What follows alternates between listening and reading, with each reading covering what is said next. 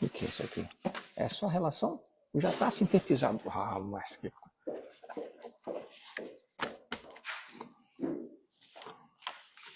Facilitaram o meu trabalho aqui, sintetizaram numa única folha. É interessante porque as próprias psicografias elas têm variações na caligrafia. E algumas não são tão fáceis de interpretar. Então, carta de Amanda para Anne, carta de Alice de Almeida, carta de Zuleide Amarantes, de Maria Nazaré Silva, de Fernanda de Lima, de Ana Carolina Soares, de Maria Alice, de Poliana, parece que é Fiedler, ou Fiedler, alguma coisa assim. Carta assinada por Rodolfo, por Rosane, por Gisele Araújo, por Luiz Carlos Fonseca, por Ricardo Mendes, Ana Cecília, José Carlos Araújo, Ana Beatriz Souza, Antônia Maria e Raimunda.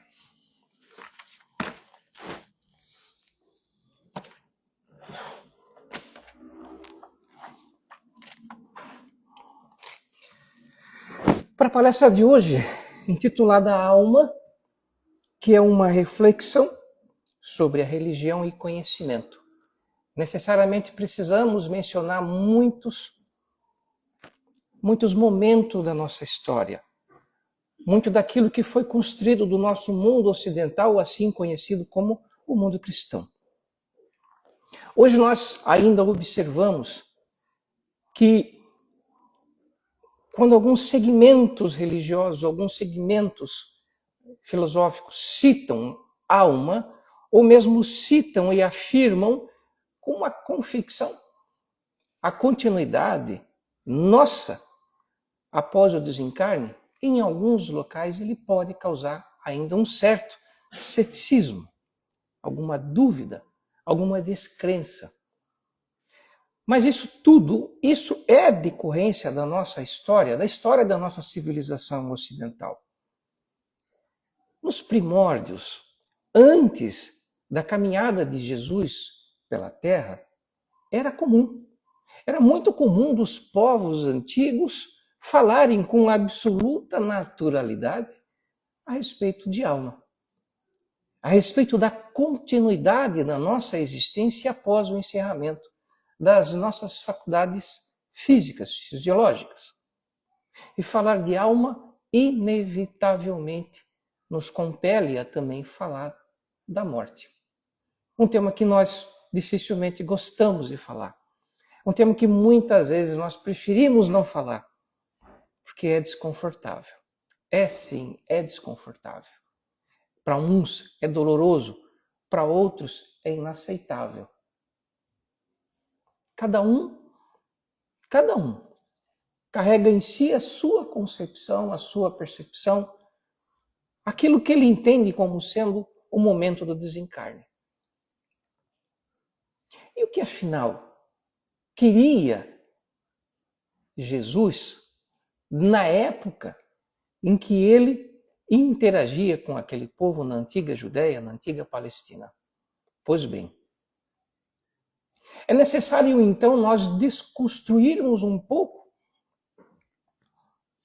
aquilo que nós chamamos dele divino, do ele como uma pessoa, como um ensinador, como um professor, um mestre, como ele assim foi. Era uma época em que se falava muito em iluminação, se falava em iniciação. O próprio território que hoje é conhecido como Israel, ele é próximo ao Egito. E o Egito daquela antiguidade, ele tinha uma percepção mais leve a respeito da continuidade da alma após o desencarne. Eis que é sabido através da história que os faraós, para si, construíram verdadeiros monumentos colossais, assim digamos, com o intuito de que sua alma fosse direcionada para o além-túmulo. Há diversas literaturas espalhadas ao globo que corroboram com esse tipo de filosofia. Um deles é o Livro dos Mortos, um livro egípcio do Egito Antigo, que ele, em síntese, ele demonstra e explica como deve ou como se deveria comportar os desencarnados da época, no ritual de passagem além túmulo. Entretanto, hoje em dia, falarmos com a naturalidade que talvez os egípcios falavam naquela época, a respeito dessa continuidade, não é ainda algo simples de se dialogar. Há, sem sombra de dúvida, muitos dogmas que precisam ser vencidos. Há muitas interpretações do conceito morte que precisam ser reconstruídos dentro daquilo que nós até então lemos, compreendemos. A morte em si, uma transformação. E é mesmo. Quem afirma? Quem bate no peito e diz que é? Ora, talvez em algum momento da nossa vida nós sintamos uma certa insegurança. E se? Mas eu nunca fui lá? E se? Então isso que é desconhecido para nós é temeroso. Isso é natural. Absolutamente natural. Porque o nosso processo, o nosso mecanismo de sobrevivência nos compele a ter uma certa cautela com tudo aquilo que é desconhecido. E isso me faz lembrar um episódio da minha vida. Eu morava na época em São Francisco do Sul, no início dos anos 2000, acho que foi 2005, mais ou menos assim. Um certo dia, eu comecei a ler os livros a respeito da peregrinação do caminho de Santiago de Compostela. Para quem não tem noção do que se trata, a peregrinação de Santiago de Compostela é um trajetinho de um pouco menos de 900 quilômetros. O caminho principal. Os peregrinos que se assim dispõem a fazê-lo, todos os dias, na disciplina de caminhar talvez 2 a 6 horas por dia, eles levam pelo menos 2 semanas ou um pouco mais, caminhando dia após dia, rompendo bolhas, calos, tendinites, cansaços e carregando consigo somente aquilo que é essencial. Aquilo que ele precisa para dormir, para se vestir e para continuar adiante. E aquilo me encantou muito. E a partir dessa ideia eu decidi que eu tinha que fazer alguma coisa parecida. Bom, eu confesso, eu particularmente ainda gostaria de fazê-lo. Entretanto, não é chegada a minha hora. Pois bem, na época eu decidi que eu tinha que percorrer uma longa distância a pé, sozinho, carregando alguma coisa das minhas costas, o que era essencial para eu percorrer, talvez foram uns 25, 28 quilômetros. E naquela manhã eu acordei muito cedo mesmo. Ainda era escuro, quando eu já com a mochila preparada, tomei um bom café da manhã, botei um sapato confortável e me coloquei a caminho. Uma estrada de chão, uma estrada secundária, de um ponto a outro ponto da ilha de São Francisco. Bom, assim que eu saí de casa, a mente estava excitada. Muitos pensamentos, muitas ideias, entusiasmo, eu vou percorrer, eu vou caminhar. Ai, que lindo, nascer do sol. E a cabeça não para de falar. A cabeça não para de falar. Blá, blá, blá, blá, blá, blá, blá, blá. Eu acho que depois de uma hora e meia, mais ou menos, as faculdades físicas, elas começaram a dizer, ei, cara, tá cansado. E aquele burburinho da mente se aquietou.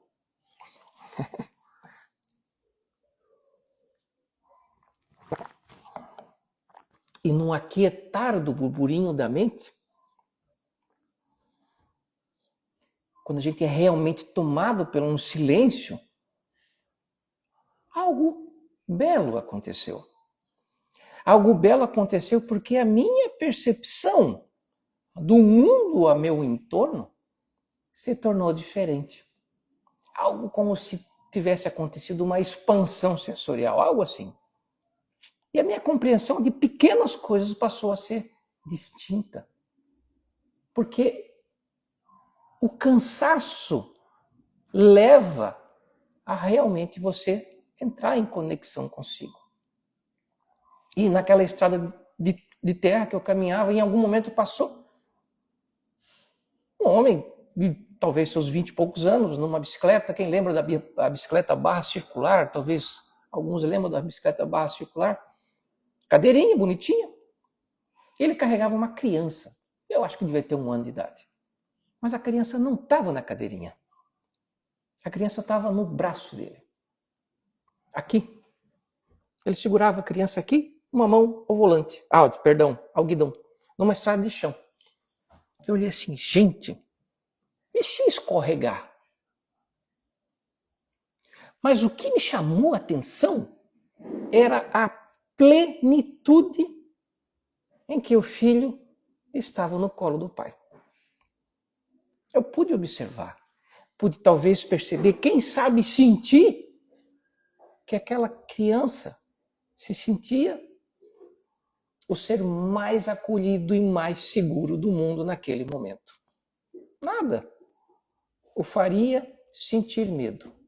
Enquanto que para mim, um ser racional, olhando pelo lado de fora, aquilo, nossa, era inconcebível. Eu não faria.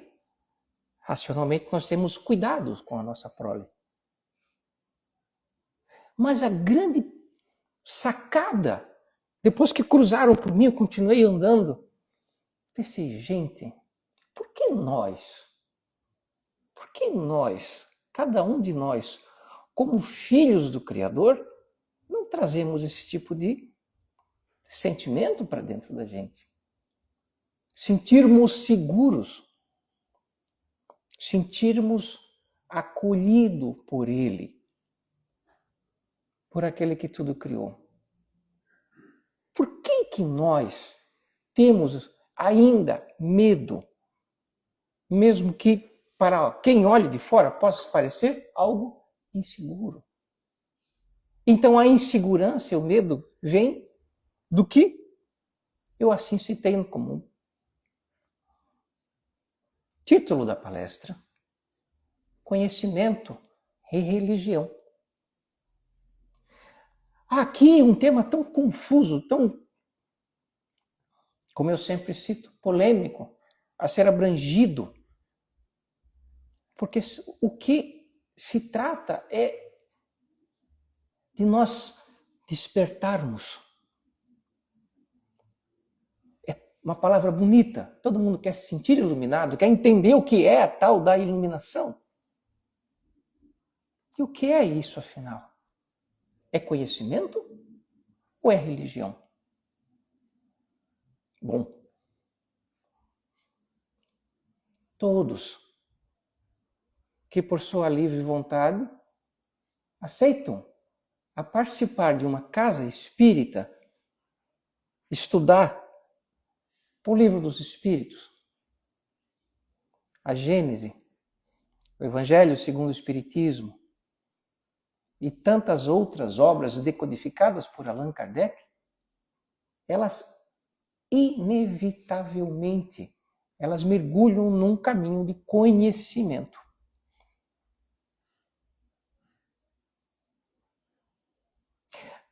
Entre os séculos I e século V, havia uma corrente de filósofos que eram chamados de gnósticos. Gnósticos vem de uma palavra grega que é gnosis. Gnosis, traduzido, é conhecimento. E para os gnósticos, do século I ao século V, foi esse afloramento que aconteceu principalmente na região do mar Mediterrâneo, ou seja, nas proximidades da Palestina, Grécia, aquela região toda lá, eles entendiam que a salvação agora da alma, ela acontecia justamente através do conhecimento da natureza divina e do mundo. Algo muito perigoso. Perigoso para quem não queria, ou para aqueles que jamais quiseram que o Ocidente fosse constituído de pessoas, eu vou usar um termo novo, autopensantes. Sabe o que nós estamos falando? Se, como um grande líder, eu quero controlar um povo, eu não permito que eles tenham conhecimento. Eu lhes tolho de tudo aquilo que os tornam autopensantes. Autopensantes é justamente no sentido de que eu tenho a minha capacidade intelectual de escolher o que é bom e o que não é bom, de observar o que tu fazes e entender se aquilo que tu fazes realmente é benéfico para um número maior de pessoas.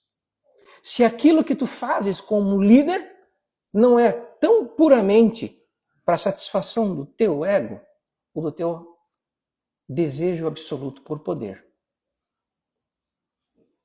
Então, se uma massa autopensante percebe isso, onde um líder não caminha dentro dessa estrada, ele o que ele faz? Tira ele de lá, troca, coloca outro. Era justamente o que os líderes daquela época não queriam. Nós estamos falando da antiga Roma e de outros impérios ao entorno do mundo a partir do ano 1. E antes também. Mas a partir do ano 1, eu estou falando de história, eu não consegui entrar nem na nossa base ainda. Mas é preciso entender que o aflorescimento, o florescer do gnosticismo, das correntes filosóficas que assim estimulavam o autoconhecimento e o entendimento da natureza divina e do mundo, começou a incomodar. Começou a incomodar aqueles que não queriam que as pessoas não fossem domináveis. Então eles passaram a ser sumariamente perseguidos.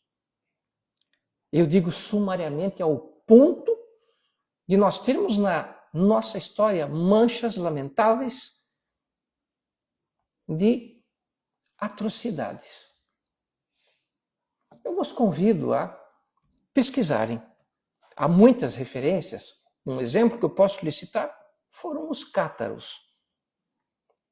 Fácil de encontrar muita literatura a respeito dos cátaros, que viviam basicamente no sul da França naquela época. Eles não se submetiam ao papado. Isso é fato histórico. Então agora, vamos pular aqui 10 séculos e voltar a estar onde nós estamos a partir dessa percepção. Por isso que hoje, quando nós falamos de alma ou continuidade da nossa existência após a morte do nosso corpo, é desconfortável. Há um momento de descrença. Quando o nosso sábio e iluminado Allan Kardec se prontificou como pessoa a estudar, a desvendar, a entender o que era o fenômeno das mesas girantes, ele talvez não fazia ideia da gigante contribuição que ele estava trazendo para muitas pessoas do mundo contemporâneo.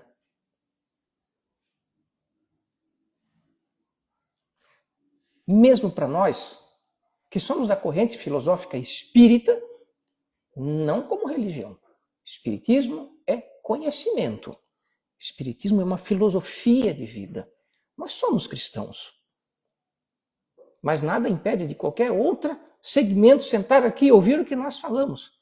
Espiritismo é doutrina, é ensinamento trazido por espíritos para a humanidade encarnada.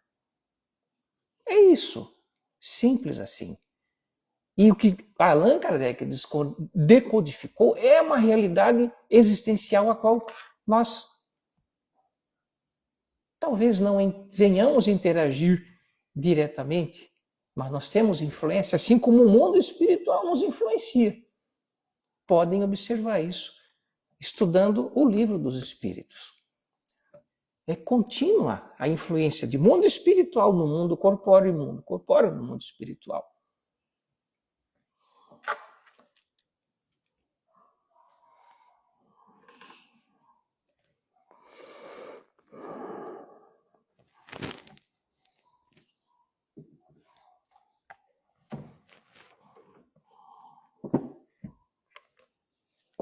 Livros, eu sempre carrego muitos. E eu agradeço isso ao meu falecido pai.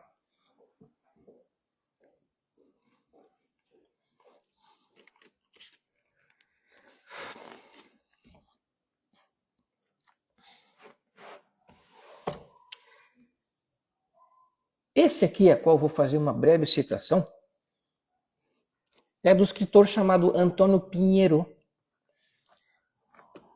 Se não estou equivocado, ele é um espanhol.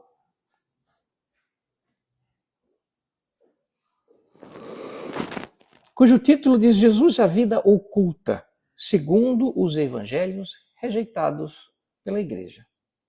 E o que são os evangelhos rejeitados pela Igreja? São esses aqui, disponíveis em livrarias. É a biblioteca de Nag Hammadi, ou livros apócrifos. O que são livros apócrifos? Livros apócrifos são aqueles que não são canônicos. O que são livros canônicos e livros apócrifos? Canônicos foram aqueles livros que, durante o concílio de Nicéia, pelo imperador Constantino, disseram: isso aqui é o que o povo pode ler. Isso aqui não. Os livros apócrifos. Por que ele tivera que fazer isso? Não precisa pensar muito para entender o porquê da ação dele dizer esse sim, esse aqui não. Se vocês lerem, eu não vou tomar muito tempo da palestra, mas se vocês lerem a respeito, mas não de uma única fonte, não vai só no Wikipedia, várias fontes das ações do imperador Constantino, naquela época, vocês vão entender a face oculta da manipulação da informação. Voltando para o livro de Antônio Pinheiro, que é uma síntese de tudo que está escrito aqui nos livros apócrifos, que aqui tem vários evangelhos. Evangelhos, o que quer dizer? Cartas. Mensagens, vem do grego. Evangelis, mensageiro. Cartas. Livro de Tomé, livro de Maria Madalena, apócrifo, vários. São difíceis de compreender. Não é simples. A leitura, porque os pergaminhos de Nag Hammadi, quando foram desenterrados, eles tinham estavam muito destruídos. Então ficou difícil traduzir, mas enfim, vamos direto para o livro de Antônio Pinheiro, no capítulo 14, onde ele está fazendo uma síntese.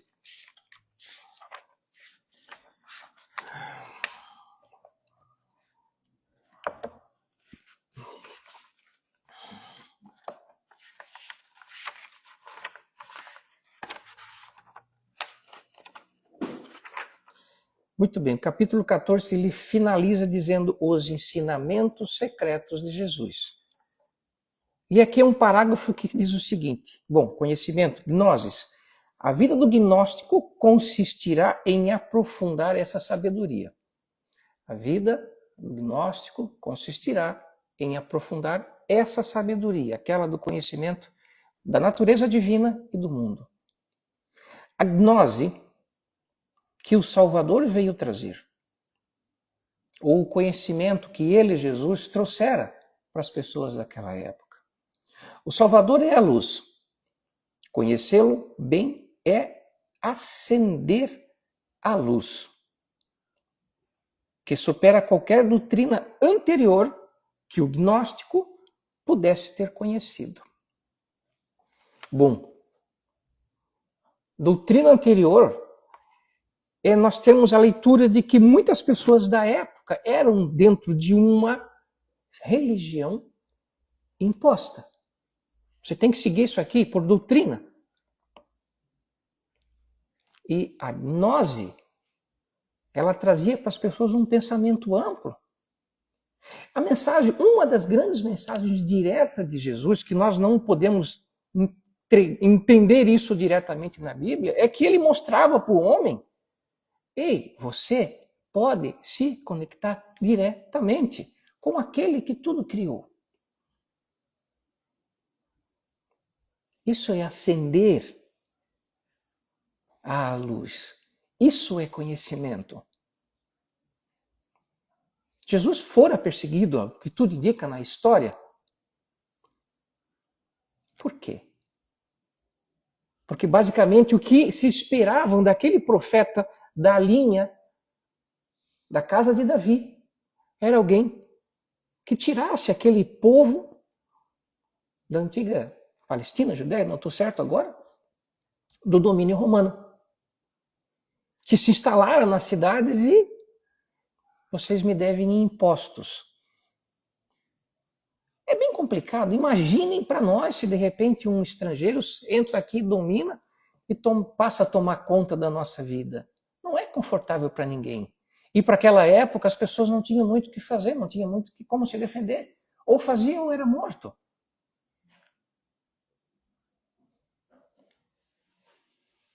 Então, o povo estava cansado daquilo. O povo precisava de alguém que liderasse uma massa gigante contra o domínio romano. E a mensagem dele era umas que é citada na Bíblia: eu não vim para trazer a paz, eu vim para trazer a espada. O sentido metafórico disso daí também é que ele disse assim: eu vim para causar confusão. Eu vim para fazer vocês pensarem. E onde é que está a alma nesse contexto todo? A alma nesse contexto todo é que quando nós não se sujeitamos a um medo opressivo de descontinuar a vida, nós nos fortalecemos. Nós nos iluminamos por nos sentirmos leves. Não que nós tenhamos que cometer algum ato estúpido de reduzir o nosso tempo terrestre. Não é isso daí. Mas nos tornarmos corajosos de enfrentar.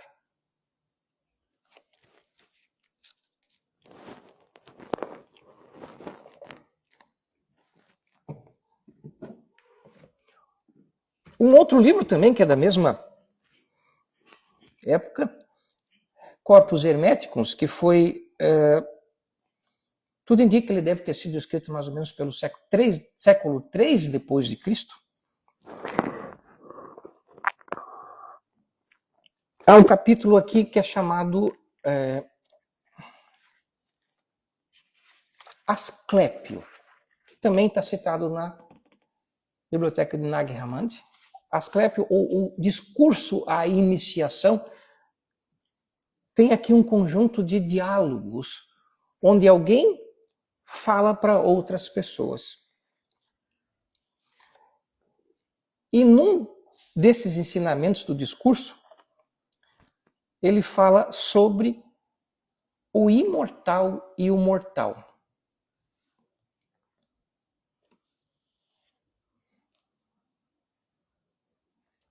Ouçam que interessante. Questão 28 ele fala: escuta, Asclépio, quando a alma se separa do corpo, ela passa a estar sob jurisdição de um daimon supremo. Então ele afirma que a alma se separa do corpo. Um livro escrito no século III, pouco tempo após a passagem de Jesus pela Terra, mostra que era muito comum, todo aquele tempo, falarmos sobre alma, falarmos sobre espírito, falarmos sobre a nossa continuidade, falar sobre a nossa possibilidade de se conectar diretamente com Deus, sem a necessidade de uma intervenção de um homem, de um líder na Terra, de um chefe de algum tipo de igreja. Eu sei que é polêmico tratarmos disso daí para os dias de hoje. Não estou aqui convidando ninguém a criar uma corrente contrária, confusiva. Eu só vos convido a pensar e analisar e voltar para aquele exemplo daquela criança que era carregada no colo do papai, numa bicicleta. Confiança.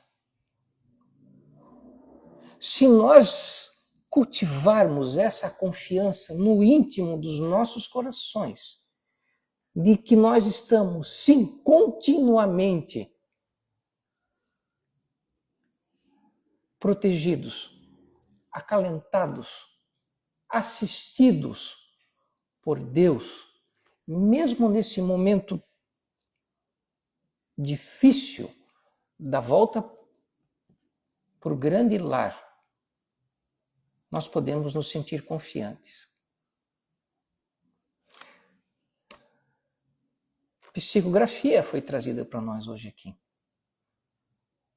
Como pudera ter sido para cada um desses espíritos que trouxeram mensagem para entes aqui na Terra, o momento do seu desencarne? É uma questão que nós não sabemos responder. Alguns assim expressam. Assim como nós já vimos diversas cartas que nos foram trazidas pelos espíritos estando em tormento. E o que os levara a acreditar que aquele momento da morte precisava necessariamente estar em tormento?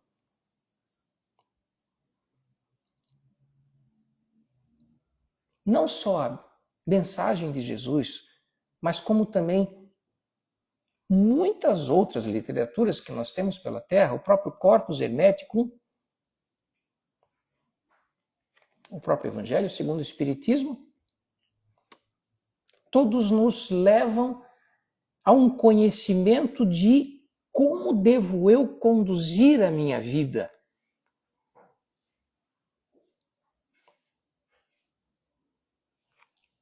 Conhecimento liberta.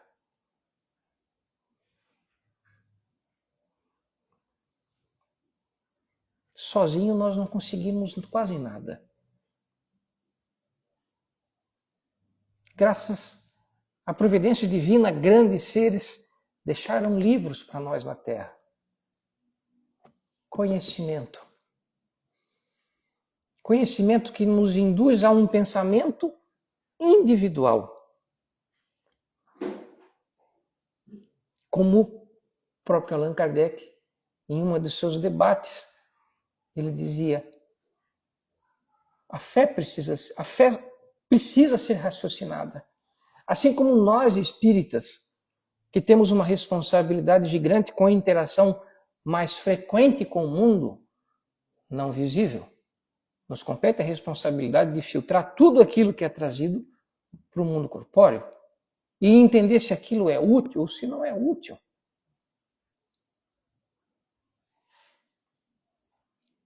Porque o mundo espiritual, principalmente esse aqui, na crosta terrestre, é cheio de seres como nós. Como nós. Que talvez não tiveram tido a oportunidade, ou não quiseram, se libertar da escuridão intelectual. Luz e escuridão é isso. Luz é conhecimento. A escuridão é tudo aquilo no qual eu não consigo lidar diretamente e tenho medo. O processo de conhecimento individual, como diz, é individual. A gente tem experiências ao longo da nossa vida, uma atrás da outra, todo dia, todo momento. O estoicismo nos ensina o quê? O estoicismo nos ensina a como reajo eu diante das experiências que a vida coloca em torno de mim. O que eu escolho sentir. Talvez esses sejam os maiores ensinamentos da própria filosofia estoica. O que eu escolho sentir diante de um fato ou algo que acontece no meu entorno. Porque aquilo determina como você vai vibrar dali para frente. Quando nós escolhemos, cada um de nós, escolhemos vibrar em sentimentos específicos, aqueles sentimentos específicos, ninguém nos tira quando nós morremos. Nós não vamos levar para o além-túmulo nem o sapato, nem a camisa, nem a roupa, nem o cabelo, nem os dentes, nem as dentaduras, nem as pulseiras, nem as tatuagens. Não vai levar nada disso para o além-túmulo. Nós vamos levar quem nós realmente somos. E o que nós somos? Nós somos hoje, nesse momento, aquilo que nós nos tornamos. Estamos nós fadados a sermos o que nós somos hoje? Não. Não. Isso é progresso, gente. A qualquer tempo da nossa vida, nós podemos mudar. Qualquer tempo, qualquer momento. Não importa a minha idade, se é 5, se é 10, se é 15, se é 90. Não importa. A gente pode mudar, sim. A gente pode refazer intimamente tudo que possa ter sido apregoado em nossas mentes e almas, como sendo uma verdade absoluta, e seguir um novo caminho em direção à tão sonhada iluminação. Isso vai fazer diferença, sim. Isso vai fazer diferença quando nós voltarmos para casa. Aquele momento que deva ser difícil, eu não tenho sombra de dúvida, para a grande maioria, talvez para a maioria esmagadora dos desencarnantes, deve ser um momento confuso. Ora eu estou aqui, ora eu vou, ninguém me escuta, agora eu vou, ninguém me ouve, e eu começo a se bater dentro da minha casa. Estou aqui viajando. Deve acontecer uma angústia, porque nós estamos ainda assimilando o que está acontecendo entre nós. E o que caminha dentro de nós? Dúvidas. O que nos compete a fazer nesse momento? Lembrar de Jesus. Lembrar de Deus. Lembrar do nosso anjo guardião. Pedir orientação. Pedir proteção. Pedir amparo. Pedi e obtereis, disse Jesus. É muito mais importante nós termos esse hábito agora, enquanto estamos nós encarnados. O hábito de oração, o hábito de silenciamento. Esse hábito constrói a nossa alma. E quando você tem uma alma construída em cima de hábitos que te mantém conectado com o todo, com aquilo que é o bem, tenha certeza de que vocês poderão assim construir ou fortalecer para que o momento do nosso retorno para a nossa casa não seja tão confuso.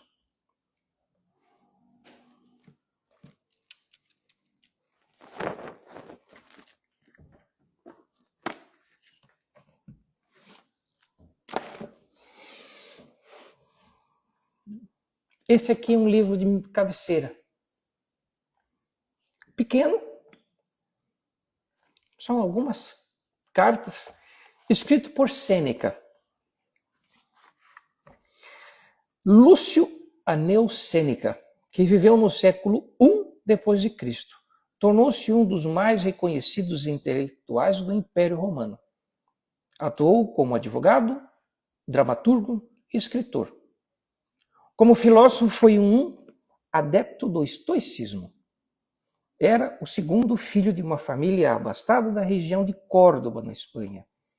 Foi enviado jovem para Roma com seus irmãos para receber a melhor educação e, ao concluir seus estudos, trilhou uma carreira política que o levou a tornar-se conselheiro de imperadores de uma das mais pessoas ricas de Roma.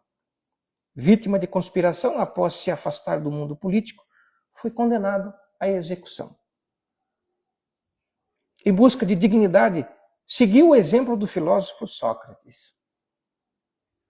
Recebeu amigos, bebeu veneno e passou seus últimos momentos discutindo a imortalidade da alma. Ou seja, assim como Sócrates, a condenação dele, você tem que tomar veneno para morrer. E Sócrates também assim o fez. Nos últimos momentos da vida dele, discutindo a respeito da imortalidade da alma. Esse livro de cabeceira, intitulado Sobre a Brevidade da Vida, que eu recomendo que cada um tenha e leia. E cada vez que você lê, mesmo que uma passagem repetida, vocês observarão de uma maneira distinta.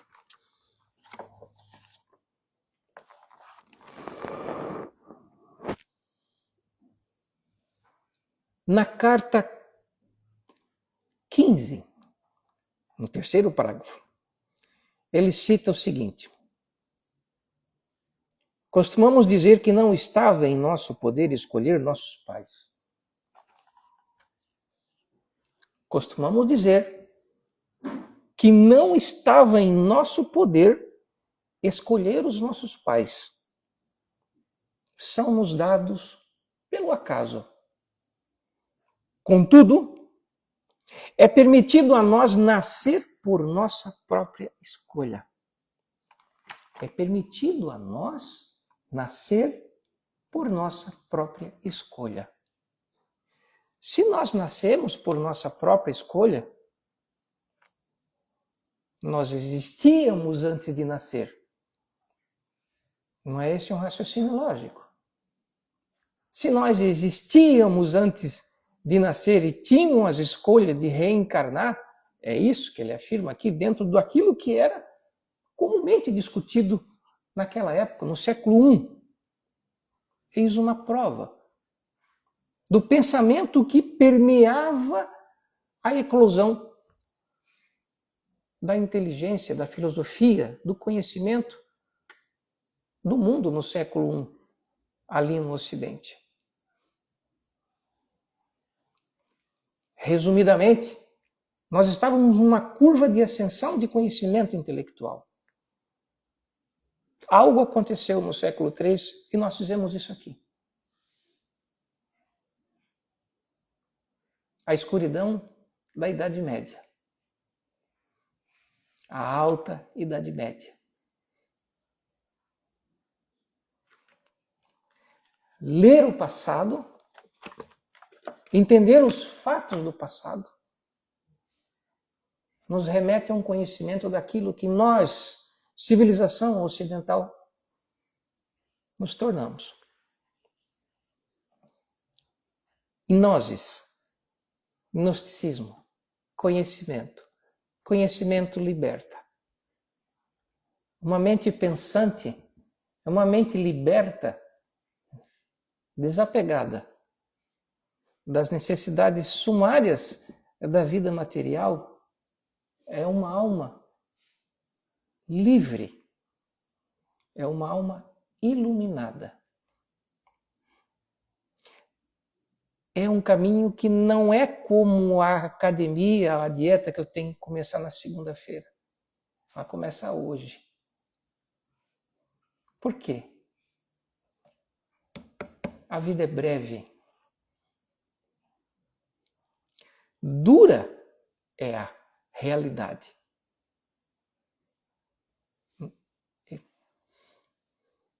Eu não canso de repetir. Nenhum de nós sabe onde nós vamos estar daqui a 1 hora. Nenhum de nós. Onde estaremos amanhã? Nenhum de nós sabe onde aquela pessoa que nós estimamos vai estar amanhã. Não se deixa para depois. O que precisa ser feito, o que pode ser feito agora. É sobre a brevidade da vida. Essa reflexão de Sêneca nos convida a lembrar que, embora nós tenhamos uma curta existência, nós podemos fazer que ela valha todos os dias dela.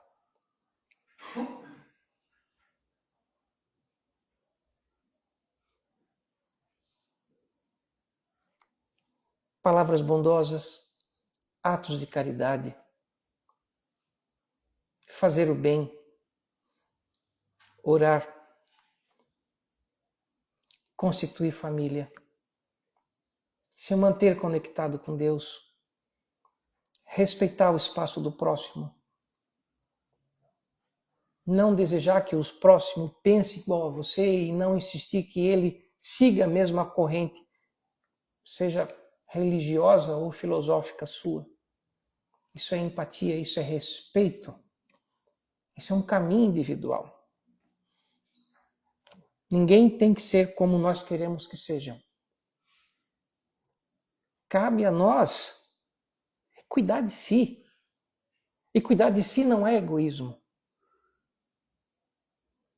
Como eu falo, eu tenho tanto problema. Eu mal dou conta dos meus. Eu não preciso me meter na vida dos outros. Só se eu sou solicitado. Qualquer um que me peça um conselho, eu estou falando para nós aqui. Dê de bom grado. Mas cuidemos primeiramente da nossa vida, da nossa alma. Não é fácil. Não é fácil nesse mundo de conectividade, onde é tanta informação ao nosso entorno, é tanta pressão para que captem nossa atenção. Eu sei que não é fácil, mas não é impossível. Hoje a palestra prolongou bastante. Tinha muito o que falar. E eu agradeço a todos vocês que tiveram a força de se manterem acordados. Eu sei que não é fácil. Não é fácil. Dá vontade de dormir, às vezes o cara fala. Mas assim, é bom. É bom nós dedicarmos um pouquinho da nossa vida, assim, aquele sábado eu vou lá escutar aquele cara falando, ou seja lá, as pessoas que estão no púlpito aqui para trazer uma coisa nova para o nosso conforto da nossa alma. É bom se juntar de vez em quando ao entorno de pessoas para estudar. Se não, tenha livros.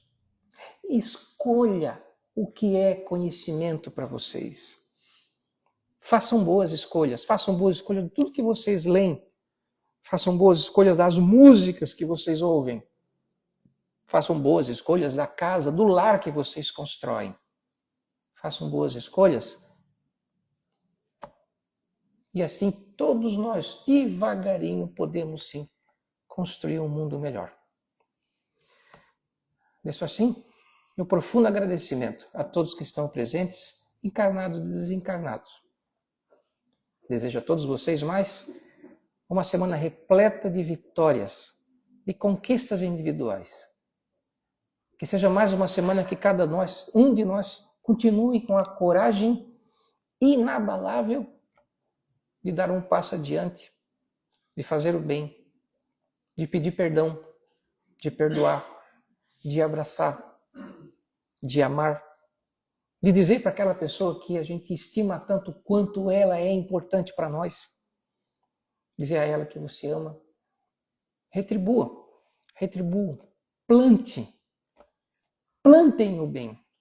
Quanto mais nós escolhermos plantar o bem, mais rápido nós construiremos um mundo melhor. Que assim seja.